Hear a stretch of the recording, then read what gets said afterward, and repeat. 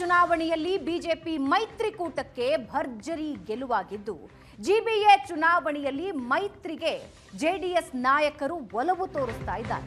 ಮುಂಬೈ ಫಲಿತಾಂಶದ ಬೆನ್ನಲ್ಲೇ ಬಿಜೆಪಿ ಜೊತೆ ಮೈತ್ರಿ ಮಾಡಿಕೊಳ್ಳಿ ಅನ್ನೋದ್ರ ಬಗ್ಗೆ ಎಚ್ಡಿಕೆ ಸಭೆ ನಡೆಸಿದ್ದು, ಮೈತ್ರಿ ವಿಷಯದಲ್ಲಿ ನಾವು ಮುಕ್ತವಾಗಿದ್ದೀವಿ ಅಂತ ಕುಮಾರಸ್ವಾಮಿ ಹೇಳಿದ್ದಾರೆ. ಮೈತ್ರಿ ವಿಚಾರದಲ್ಲಿ ಗೊಂದಲಕ್ಕೆ ಎಡೆಮಾಡಿಕೊಡಬಾರದು, ಮೈತ್ರಿ ಬಗ್ಗೆ ನಾವು ಸರಿಯಾದ ಸಮಯಕ್ಕೆ ತೀರ್ಮಾನ ಮಾಡ್ತೀವಿ.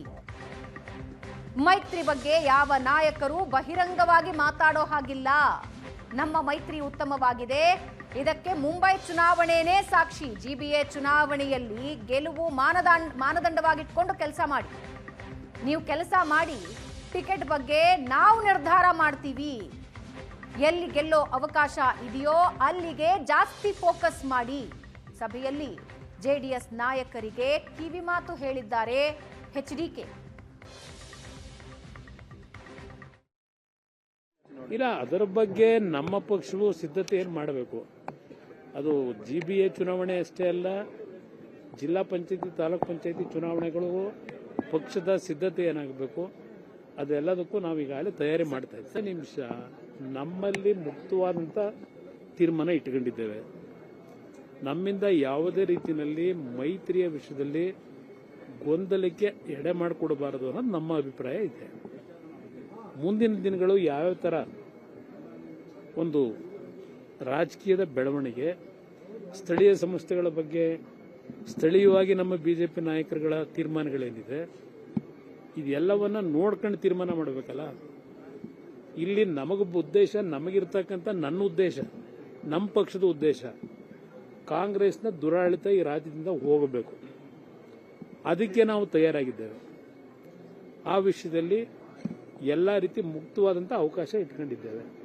ಅದರಿಂದ ಆ ಸಮಿತಿಗೆ ಏನು ತೀರ್ಮಾನ ಆಗಬೇಕು, ರಾಜ್ಯಕ್ಕೆ ಒಂದು ಉತ್ತಮವಾದ ಆಡಳಿತ, ಅದರಲ್ಲೂ ಬೆಂಗಳೂರು ನಗರ ಹಲವಾರು ವರ್ಷಗಳಿಂದ ಡೆವಲಪ್ಮೆಂಟ್ ಅಂತಕ್ಕಂಥದ್ದು ಸಂಪೂರ್ಣವಾಗಿ ಸ್ಥಗಿತ ಆಗಿರೋದಷ್ಟೇ ಅಲ್ಲ, ಅಭಿವೃದ್ಧಿಯ ಹೆಸರಿನಲ್ಲಿ ಬರೀ ಲೂಟಿ ಆಗ್ತಾ ಇದೆ. ಕಸ ವಿಲೇವಾರಿಯಿಂದ ಹಿಡಿದು ಗುಂಡಿ ಮುಚ್ಚತಕ್ಕಂಥದ್ರಿಂದ ಹಿಡಿದು ಯಾವ್ಯಾವ ಥರ ಯಾವ್ಯಾವ ಪಕ್ಷಗಳ ನಡವಳಿಕೆ, ಯಾವ್ಯಾವ ಪಕ್ಷಗಳ ಕಾಣಿಕೆ ಏನಿದೆ ಈ ಬೆಂಗಳೂರು ನಗರದ ಅಭಿವೃದ್ಧಿಗೆ, ಬೆಂಗಳೂರಿನ ಇಂಥ ಒಂದು ಪರಿಸ್ಥಿತಿಗೆ, ಈ ವಿಷಯಗಳನ್ನು ಈ ಬಗ್ಗೆ ಮಾತನಾಡೋದಕ್ಕೆ ಪೊಲಿಟಿಕಲ್ ಬ್ಯೂರೋ ಹೆಡ್ ಆನಂದ್ ಬೈದನ ಮನೆ ಲೈವ್ ನಲ್ಲಿ ಜಾಯ್ನ್ ಆಗ್ತಾ ಇದ್ದಾರೆ. ಮತ್ತೊಂದು ಕಡೆ ರಾಜಕೀಯ ವಿಶ್ಲೇಷಕರಾದ ಪ್ರಶಾಂತ್ ನಾಥು ಲೈವ್ ನಲ್ಲಿದ್ದಾರೆ. ಆನಂದ, ಕೆಲವು ದಿನಗಳ ಹಿಂದೆ ದೊಡ್ಡಗೌಡರು ಒಂದು ಮಾತಾಡಿದ್ರು, ವಿಜೇಂದ್ರ ಅವರಿಗೆ ಟಾಂಗ್ ಕೊಟ್ಟಿದ್ರು. ಆದರೆ ಈಗ ಮುಂಬೈ ಮಹಾನಗರ ಪಾಲಿಕೆ ರಿಸಲ್ಟ್ ಎಲ್ಲಾ ಬದಲಾಗುತ್ತೆ, ಎಲ್ಲಾ ನಿಲುವುಗಳನ್ನು ಬದಲಾಯಿಸುತ್ತೆ ಅಂತ ಅನ್ಸುತ್ತೆ.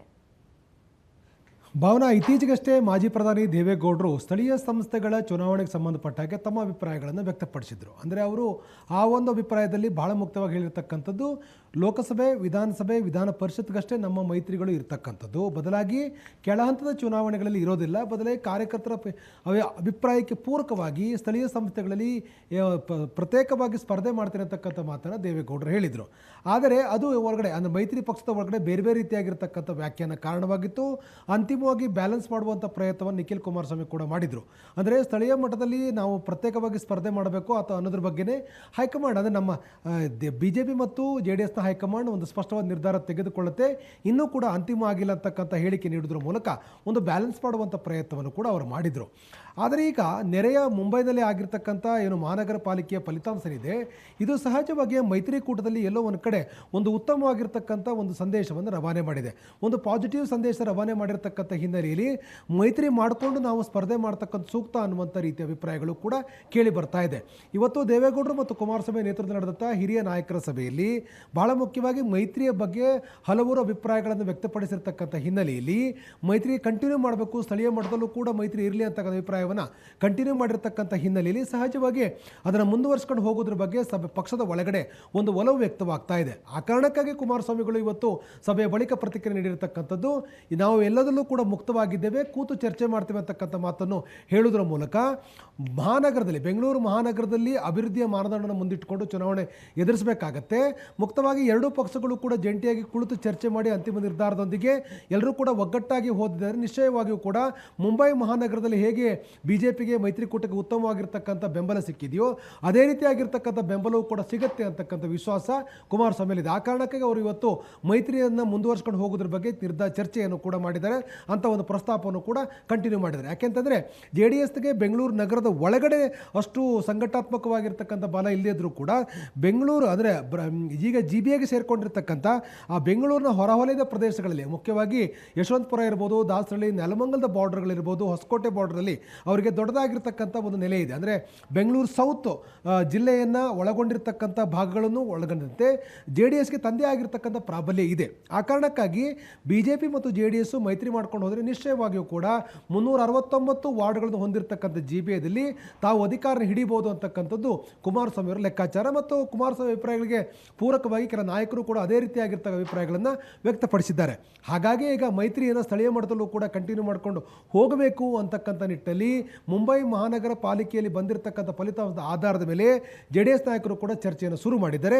ನಿಶ್ಚಯವಾಗಿಯೂ ಕೂಡ JDSಗೆ ಇಂಥ ಒಂದು ಮೈತ್ರಿಯನ್ನು ಕಂಟಿನ್ಯೂ ಮಾಡ್ಕೊಂಡು ಹೋದಿದೆ ಆದರೆ ಹಲವು ವರ್ಷಗಳ ಬಳಿಕ ಬೆಂಗಳೂರು ಮಹಾನಗರದಲ್ಲಿ ಮತ್ತೆ ಅಧಿಕಾರವನ್ನು ಹಿಡಿತಕ್ಕಂಥ ಅವಕಾಶಗಳು ಕೂಡ ಲಭ್ಯ ಆಗುತ್ತೆ. ಯಾಕೆಂದರೆ JDS ಏಕಾಂಗಿಯಾಗಿ ಹೋದರೆ ಇಲ್ಲಿ ಅಧಿಕಾರ ಹಿಡಿಲಿಕ್ಕೆ ಆಗೋದಿಲ್ಲ. ಆ ಕಾರಣಕ್ಕಾಗಿ BJPಯ ಸಂಘಟನೆಯ ಬಲದ ಮೇಲೆ ಮೈತ್ರಿಯನ್ನು ಕಂಟಿನ್ಯೂ ಮಾಡಿದ್ದೆ ಆದರೆ ಬೆಂಗಳೂರು ಮಹಾನಗರದಲ್ಲಿ ಅಧಿಕಾರವನ್ನು ಹಿಡಿಲಿಕ್ಕೆ ಎಲ್ಲ ರೀತಿಯ ಅವಕಾಶಗಳು ಇದೆ ಅಂತಕ್ಕಂಥದ್ದು ಪಕ್ಷದ ಪಡಸಾಲೆಯಲ್ಲಿ ಗಂಭೀರವಾಗಿ ಚರ್ಚೆ ಆಗ್ತಿರುವಂಥ ಹಿನ್ನೆಲೆಯಲ್ಲಿ ಸ್ಥಳೀಯ ಮಟ್ಟದಲ್ಲೂ ಕೂಡ ಮೈತ್ರಿಯನ್ನು ಮುಂದುವರಿಸುವ ಬಗ್ಗೆ JDS ಪಾಳದಲ್ಲಿ ಈಗ ಜೋರಾದ ಚರ್ಚೆ ಆರಂಭಗೊಂಡಿದೆ. Yes Prashant, is it gonna work? ಅಂದರೆ ಮುಂಬೈ ಮಹಾನಗರ ಪಾಲಿಕೆ ಚುನಾವಣೆಯನ್ನು ಲೆಕ್ಕದಲ್ಲಿಟ್ಕೊಂಡು ಬೆಂಗಳೂರಿನಲ್ಲಿ ಮೈತ್ರಿ ಬಗ್ಗೆ ಯೋಚನೆ ಮಾಡ್ತಾ ಇರೋದು ಹೆಂಗೆ ವರ್ಕ್ ಆಗುತ್ತದು? ಅಂದರೆ ಒಟ್ಟಿನಲ್ಲಿ JDSನ ನಿಲ್ಲುವಂತೂ ಒಂದು ಸ್ವಲ್ಪ ಬದಲಾಗದ ಹಂಗೆ ಕಾಣ್ತಾ ಇದೆ. ನೋಡಿ ಭವನ, ನೀವು ಬೆಂಗಳೂರನ್ನು ಹೊರತುಪಡಿಸಿ ಬೇರೆ ಸ್ಥಳೀಯ ಸಂಸ್ಥೆಗಳ ಚುನಾವಣೆಗಳಲ್ಲಿ ಇದು ವರ್ಕ್ ಆಗೋದು ಕಷ್ಟ. ಆದರೆ ಬೆಂಗಳೂರು ಮಹಾನಗರ ಪಾಲಿಕೆಯ ಚುನಾವಣೆಯಲ್ಲಿ ಔಟ್ಸ್ಕರ್ಟ್ಸ್ನಲ್ಲಿ ದೊಡ್ಡ ಪ್ರಮಾಣದಲ್ಲಿ ಒಕ್ಕಲಿಗರ ವೋಟ್ಗಳಿವೆ. DK ಶಿವಕುಮಾರ್ ಒಂದು ಸಲ ಬಲಶಾಲಿಯಾಗಿರ್ತಕ್ಕಂಥ ಸಂದರ್ಭದಲ್ಲಿ BJP ಮತ್ತು JDS ಒಟ್ಟಿಗೆ ಬಂದರೆ ಒಂದು ವಿನ್ ಸಿಚುವೇಶನ್ ಅಂತೂ ಕ್ರಿಯೇಟ್ ಆಗ್ಬೋದು. JDS ಏನು ದೊಡ್ಡ ಫೋರ್ಸ್ ಆಗಿರಲಿಕ್ಕಿಲ್ಲ, ಬಟ್ JDS ಜೊತೆಗೆ ಬರ್ತಕ್ಕಂಥದ್ದು BJPಗೆ DK ಶಿವಕುಮಾರರ ಪ್ರಾಬಲ್ಯವನ್ನು ಸ್ವಲ್ಪ ಮಟ್ಟಿಗೆ ಕಡಿಮೆ ಮಾಡಲಿಕ್ಕೆ ಒಂದಿಷ್ಟು ಸಹಾಯವನ್ನು ಕೂಡ ಒದಗಿಸ್ಕೊಡ್ಬೋದು. ಹೀಗಾಗಿ ನನಗನ್ಸುತ್ತೆ ಅದು BJPಗೆ ಲಾಭ ಆಗುತ್ತಾ, ಅದು JDSಗೆ ಲಾಭ ಆಗುತ್ತಾ ಅನ್ನೋದು ಪ್ರಶ್ನೆ. ನೋಡಿ, end of the day that is, ಈಗ ಒಂದು ವೇಳೆ BJP JDSನ್ನು ಜೊತೆಗೆ ಇಟ್ಕೊಂಡು ಜಾಸ್ತಿ ಓಟು ಮತ್ತು ಸೀಟು ಪಡೆದ್ರೆ ನಿಶ್ಚಿತವಾಗಿ ಅದು ಇಬ್ರಿಗೂ ಲಾಭ ಆಗುತ್ತೆ. ಮತ್ತು DK ಶಿವಕುಮಾರ್ ಎಷ್ಟು ಪ್ರಬಲರಾಗ್ತಾರೆ ಅಷ್ಟು ನೇರವಾಗಿ ಕಷ್ಟ ಇರ್ತಕ್ಕಂಥದ್ದು JDSಗೆ. ಹೀಗಿರುವಾಗ ಇದು ನೋಡಿ, ಪಾಲಿಟಿಕ್ಸ್ನಲ್ಲಿ ಲಾಭ ನಷ್ಟದ ಲೆಕ್ಕಾಚಾರ ಇಲ್ಲದೆ ಯಾರೂ ಒಟ್ಟಿಗೆ ಬರಲ್ಲ. ಬೇರೆ ಭಾಗಗಳ ಚುನಾವಣೆಗಳಲ್ಲಿ JDS ದೊಡ್ಡ ಪ್ರಮಾಣದಲ್ಲಿ ಕಾರ್ಯಕರ್ತರ ಪಡೆಯನ್ನು ಹೊಂದಿದೆ. ಹೀಗಾಗಿ ಈಗ ನೀವು ಮಂಡ್ಯದಲ್ಲಿ ಮೈತ್ರಿ ಮಾಡ್ಕೊಳ್ಬೇಕಾದ್ರೆ JDS ಈಲ್ಡ್ ಮಾಡ್ಕೋಬೇಕು, ಮೈಸೂರು ನಗರದಲ್ಲಿ ಮೈತ್ರಿ ಮಾಡ್ಕೊಳ್ಬೇಕಾದ್ರೆ BJP ಈಲ್ಡ್ ಮಾಡಬೇಕು, ಅಲ್ಲಿ ಸ್ವಲ್ಪ ಮೈತ್ರಿ ಕಷ್ಟ ಆಗ್ಬೋದು. ಬಟ್ ಬೆಂಗಳೂರು ಮಹಾನಗರ ಪಾಲಿಕೆಯಲ್ಲಿ ನನಗನ್ಸುತ್ತೆ ಮೈತ್ರಿ ಕಷ್ಟ ಆಗಲಿಕ್ಕಿಲ್ಲ. ಆದರೆ ಅಂತಿಮವಾಗಿ ದೇವೇಗೌಡರು ಮತ್ತು ಕುಮಾರಸ್ವಾಮಿ BJP ಹೈಕಮಾಂಡ್ ಜೊತೆ ಮಾತುಕತೆ ನಡೆಸಿ ಮೈತ್ರಿಗೆ ಒಪ್ಪಿಕೊಳ್ಳಬಹುದೇ ಹೊರತು ಸ್ಥಳೀಯ ನಾಯಕರೊಂದಿಗೆ ಮಾತುಕತೆ ಕಷ್ಟ ಅಂತ ನನಗನ್ಸುತ್ತೆ. ರೈಟ್ ಪ್ರಶಾಂತ್, ವಾಪಸ್ ಬರ್ತೀನಿ.